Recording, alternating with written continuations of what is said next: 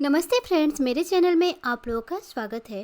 तो फ्रेंड्स, आज की वीडियो में हम बात करने वाले हैं कि अपने पैसे को हम एक अच्छे तरीके से मैनेज कैसे करें।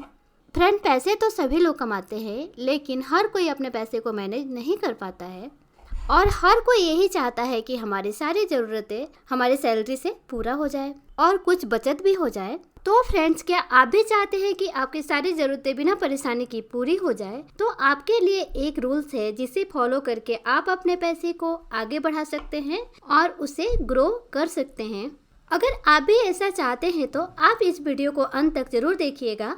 तो आज हम इस वीडियो में बात करेंगे ऐसे रूल्स के बारे में जिसको पैसे को मैनेज करने वाले रूल्स के नाम से भी जाना जाता है, जिसे 50, 30 और 20 का नियम भी कहा जाता है। आज के दौर में इस फार्मूले को हर किसी को यूज करना चाहिए और खासकर अगर आप प्राइवेट जॉब में हैं तो फिर आपकी जितनी सैलरी मिलती है उस पर इस फार्मूले को लागू कर सकते हैं और रिटायरमेंट फंड के लिए भी इस नियम को और इस फार्मूले को आप अपना सकते हैं। महंगाई इतनी बढ़ती जा रही है और हम अपने पैसे को बचा नहीं पा रहे हैं। लोग भविष्य को लेकर चिंतित हैं कि हम क्या खाएं और क्या बचाएं। लेकिन महंगाई के दौर में भी इस खास फार्मूले को अपना कर अपना घर गृहस्थी चलाते हुए बचत को भी जारी रख सकते हैं। 50, 30, 20 इस फार्मूले के हिसाब से सीधे सीधे आप अपनी आमदनी को 3 हिस्सों में बांट सकते हैं।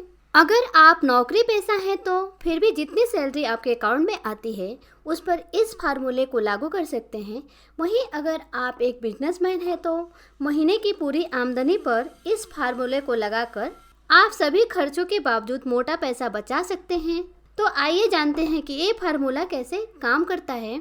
एग्जाम्पल के तौर पर अगर आपकी सैलरी 40,000 रुपये महीने की है तो और आप तय नहीं कर पा रहे हैं कि कैसे पैसे को बचाएं, तो इस नियम के अनुसार अपने इनकम को 3 हिस्सों में बांटकर पैसे को खर्च करने होते हैं।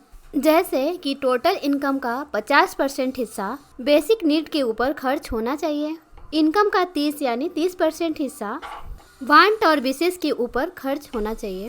टोटल इनकम का 20% हिस्सा बचत और निवेश पे सबसे पहले अलग किया जाना चाहिए।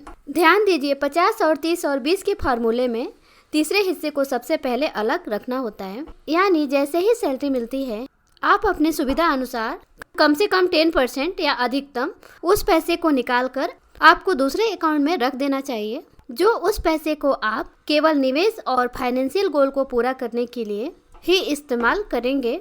किसी भी हालत में आप दूसरे कामों में इस 20% का इस्तेमाल नहीं करेंगे।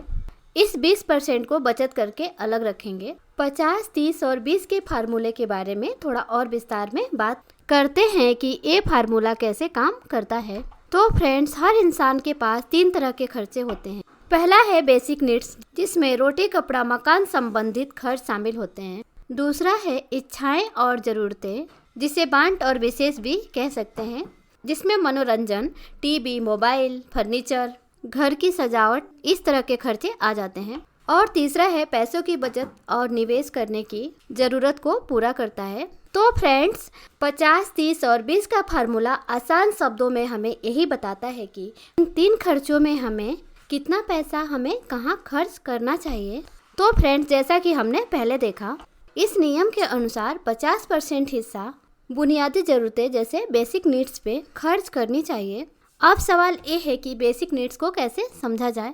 तो जवाब ये होगा कि बेसिक नीड्स यानी वो खर्चे जो हमें नॉर्मल लाइफ जीने के लिए करने होते हैं, जैसे घर का राशन, घर का किराया, EMI, लाइट बिल, पानी बिल, फ़ोन बिल या मेडिकल दवाएं। अगर किसी तरह का लोन है तो उसकी EMI, बच्चे की फीस, आपके ऑफिस आने जाने का खर्च और इस तरह के अन्य खर्चे जो हर महीने आपको करने ही होते हैं।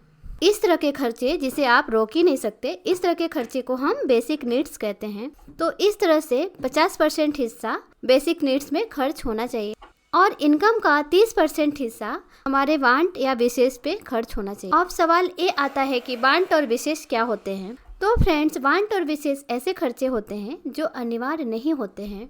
आप इस खर्चे को करें या ना करें कुछ ज़्यादा फर्क नहीं पड़ता है। इस तरह से वांट और विशेष पे अपने कमाई का 30% हिस्सा से ज़्यादा खर्च इस पे नहीं करना। वांट और विशेष के कुछ एग्जाम्पल की बात किया जाए तो इसमें जो खर्चे शामिल होते हैं वो ये है: नया मोबाइल, नए कपड़े, घूमना फिरना, फिल्म देखना, होटल में खाना खाना, पिकनिक और पार्टी और अन्य चीजें। 50, 30 और 20 इस नियम का आखिरी हिस्सा कहता है कि हमें अपने इनकम का 20% हिस्सा बचत और निवेश के लिए अलग रखना चाहिए। तो फ्रेंड्स, इस नियम के अनुसार 20% भले ही तीसरे स्थान पर है, लेकिन आपको ये तीसरे स्थान का काम सबसे पहले करना होता है। इस तरह से आपको जब भी इनकम मिले और आपके सैलरी मिले, आपके इनकम का 20% हिस्सा सबसे पहले अलग रखना है और उसको भूल जाना है। इस 20% हिस्से को केवल बचत और निवेश के लिए ही रखना है, ताकि आप अपने भविष्य की सारी ज़रूरतों को पूरा कर सकें, जैसे कि बच्चों की पढ़ाई लिखाई, अपना घर या गाड़ी खरीदने का सपना, बच्चों की शादी, इसके अलावा किसी तरह का मेडिकल इमरजेंसी। ध्यान दीजिए, आपके इनकम के 20% हिस्सा इसलिए अलग रखना होता है ताकि आप भविष्य में लगने वाले सारे खर्चे को पूरा कर सकें। तो फ्रेंड, इस तरह से हम सभी की आर्थिक परिस्थितियाँ अलग अलग हैं और हमारा इनकम भी अलग अलग है। कोई 10,000 कमाता है, कोई 20,000 कमाता है और कोई 50,000 कमाता है और कोई उससे भी ज़्यादा। ऐसे में कोई एक नियम सभी पे लागू नहीं हो सकता है। इसलिए ये ज़रूरी नहीं है कि 50, 30 और 20 का नियम आपके लिए सही हो, लेकिन आप इसे पैसे मैनेज करने के एक तरीके के रूप में मैनेज कर सकते हैं और अगर आप चाहें तो इसमें कुछ चेंजेस भी कर सकते हैं। तो फ्रेंड्स, इस वीडियो का मकसद यही है कि 50, 30 और 20 का फार्मूला अगर आप अपनाते हैं तो आपका बैंक अकाउंट कभी भी खाली नहीं हो सकता है। तो फ्रेंड्स, उम्मीद करती हूँ कि मेरा वीडियो आपको पसंद आया होगा। अगर मेरा वीडियो आपको पसंद आया हो तो प्लीज़ मेरे वीडियो को लाइक कर दीजिए, मेरे चैनल को सब्सक्राइब कर दीजिए। अंत में मेरा वीडियो देखने के लिए आपका दिल से धन्यवाद।